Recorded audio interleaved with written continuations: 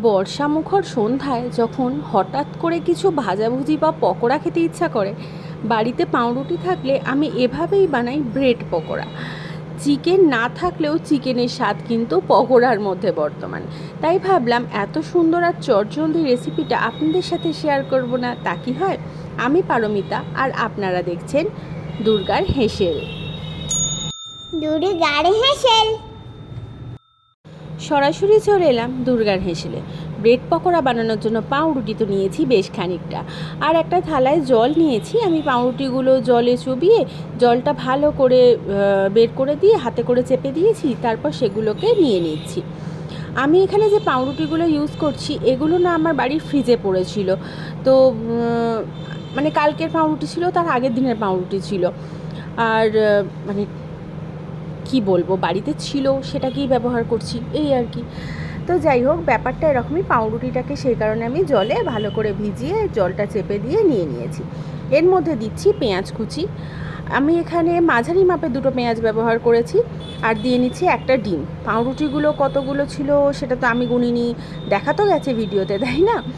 তো যাই হোক, এখানে কাঁচা লঙ্কা কুচি দিলে ভীষণ ভালো লাগে, কিন্তু আমার মেয়ে কাঁচা লঙ্কার ঝালটা খেতে পারে না বলে আমি এখানে চিলি ফ্লেক্স দিয়েছি, আর দিয়েছি সামান্য নুন। সব কিছুটা খুব ভালো করে মেখে নিচ্ছি। দেখবেন পাউরুটির সাইডের অংশটা যেটা একটু মোটা মোটা হয়, ওটাও কিন্তু বেশ ভালো করে মিহি করে মেখে নিতে হবে, না হলে ওটা মুখে পড়বে। আর যদি ভালো করে মেখে নেন তাহলে তো মুখে কিচ্ছু পড়বে না, মানে আপনি না বললে কেউ বিশ্বাস করবে না যে এটা পাউরুটির পকোড়া। এটা আমি 100% গ্যারেন্টি দিয়ে বলতে পারি। তো দেখুন, খুব সুন্দর বাইন্ডিং হয়। এমনিতে পাউরুটিতে তো ডিমটাকে অ্যাবজর্ব করেই নেয়, আর বাইন্ডিংটা বেশ সুন্দর হয়। নরম নরম হলেও যে ছেড়ে চলে গেল এরকমটা হয় না। আমি তেল গরম করতে বসিয়েছিলাম আগেই। তেলটাকে মিডিয়াম ফ্লেমেতেই রেখেছি, মানে মিডিয়ামেতেই ভাজবো, মিডিয়ামেতেই গরম করেছি।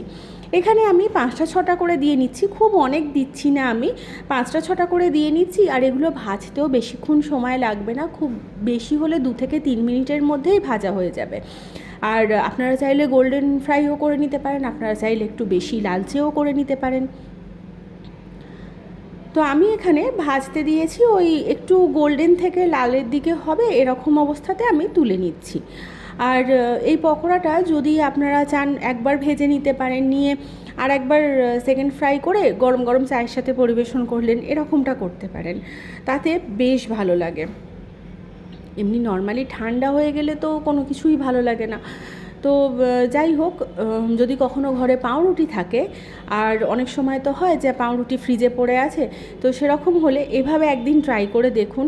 সত্যি বলছি, মানে মুখে লেগে থাকার মতো একটা স্ন্যাক্স।